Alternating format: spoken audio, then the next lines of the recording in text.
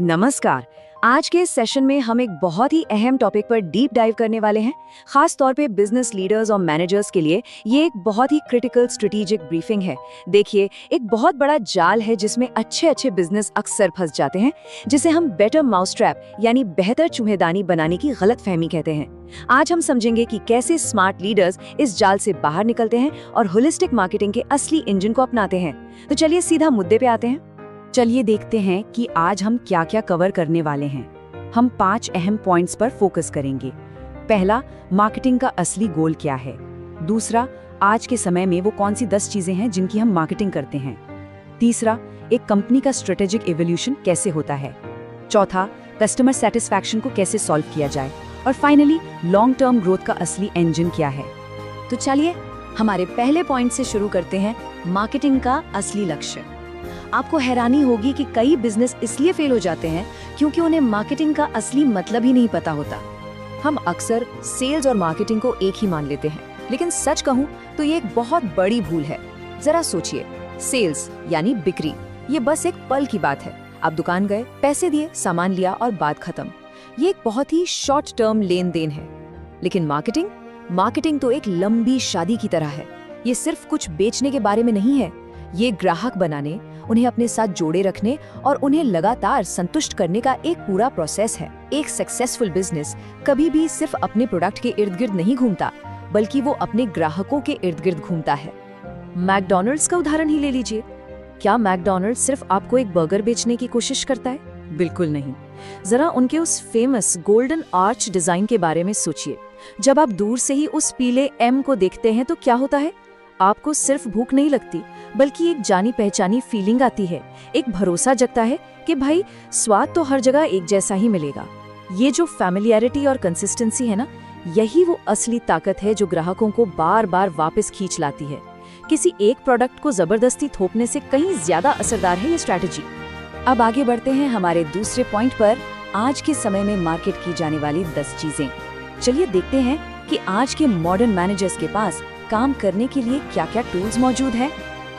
देखिए, आज के दौर में मार्केटिंग सिर्फ दुकान के शेल्फ पर रखे सामान तक लिमिटेड नहीं है। ये जानकर आपको मजा आएगा कि हम 10 बिल्कुल अलग अलग चीजों की मार्केटिंग करते हैं। पहला, गुड्स यानी फिजिकल प्रोडक्ट्स जैसे आपका फोन।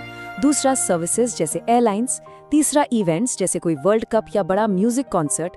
चौथा, एक्सपीरियंस जैसे डिज्नी एंड जैसी जगह है जहां आप यादें बनाते हैं। पांचवा, व्यक्ति यानी राजनेताओं या सेलिब्रिटीज की ब्रांडिंग। छठा, जगह जैसे इनक्रेडिबल इंडिया का कैंपेन। सातवां, प्रॉपर्टीज जैसे रियल एस्टेट। आठवां, ऑर्गेनाइजेशन जो अपनी एक कॉर्पोरेट इमेज बनाते हैं। नौवां, इंफॉर्मेशन यानी किताबें या ऑनलाइन कोर्सेज। और 10वां, आइडियाज जैसे स्वच्छ भारत अभियान। तो देखा आपने, एक मॉडर्न मार्केटर का प्लेग्राउंड कितना बड़ा है। इस विशाल दुनिया में यूरेका फोर्ब्स की स्ट्रैटेजी एक बेहतरीन केस स्टडी है। जरा याद कीजिए, एक सेल्स पर्सन आपके दरवाजे पर आता है, घर के अंदर आकर आपके ही नल का पानी लेता है और एक्वागार्ड के जरिए उसे आपके ही परिवार के सामने साफ करके दिखाता है। ये डायरेक्ट और इंडिविजुअल मार्केटिंग का सबसे क्लासिक उदाहरण है। ये सिर्फ एक मशीन बेचना नहीं हुआ है ना, ये एक फिजिकल प्रोडक्ट को एक बहुत ही पर्सनल कस्टमर एक्सपीरियंस में बदल देना है। वो सीधा ग्राहक के डर और जरूरत से कनेक्ट कर रहे हैं। चलिए अब तीसरे पॉइंट की तरफ बढ़ते हैं, स्ट्रेटेजिक इवोल्यूशन। किसी भी कंपनी को कंपटीशन में टिके रहने के लिए अपनी सोच कैसे बदलनी चाहिए, ये समझना बहुत जरूरी है। बिजनेस अक्सर 4 अलग अलग फेजेस से गुजरते हैं। शुरुआत होती है प्रोडक्शन कॉन्सेप्ट से, जहां सारा फोकस बस ज्यादा से ज्यादा और सस्ता माल बनाने पर होता है। फिर आता है प्रोडक्ट कॉन्सेप्ट, और यही सबसे बड़ा ट्रैप है, बेटर माउस ट्रैप वाली गलत फहमी। मैनेजर्स अपने ही प्रोडक्ट के फीचर्स के प्यार में इस कदर अंधे हो जाते हैं कि वो ये भूल ही जाते हैं कि ग्राहक को सच में इसकी जरूरत है भी या नहीं। उन्हें लगता है बस दुनिया का सबसे बेहतरीन प्रोडक्ट बना दो, लोग खुद चलकर आएंगे।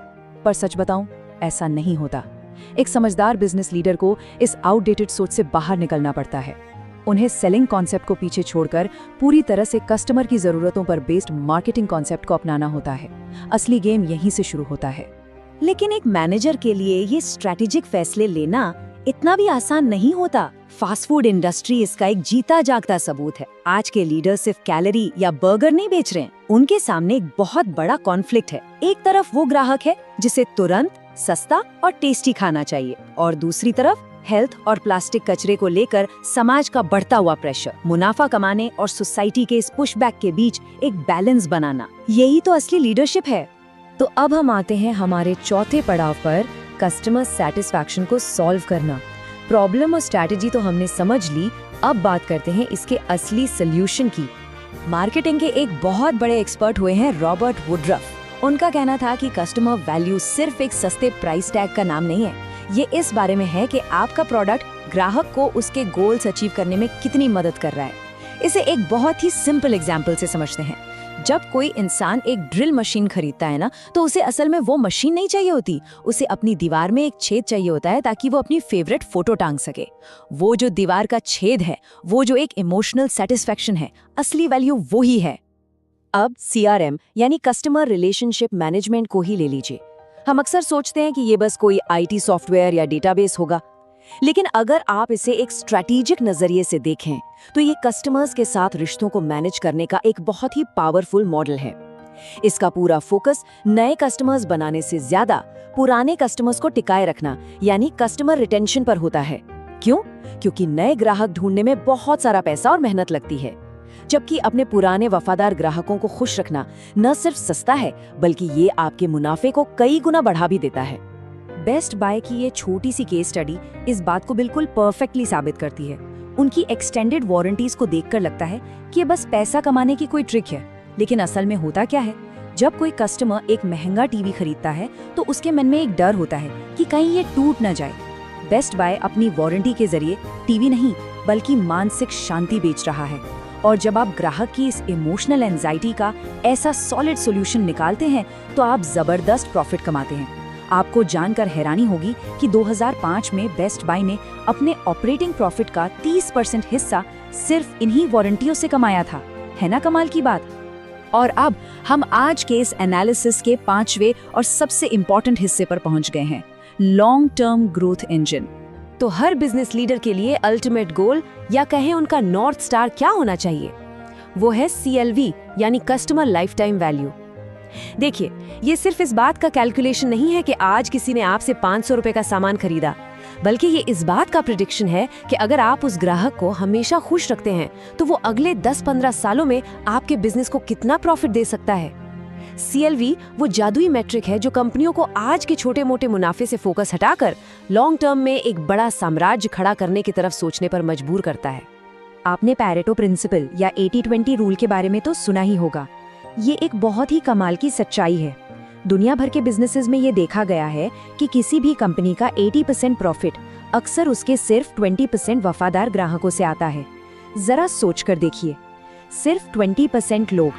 ये छोटा सा नंबर चीख चीख कर कह रहा है कि लॉन्ग टर्म ग्रोथ के लिए कस्टमर सेटिस्फैक्शन और रिटेंशन कोई चॉइस नहीं है, ये आपके बिजनेस के जीने मरने का सवाल है।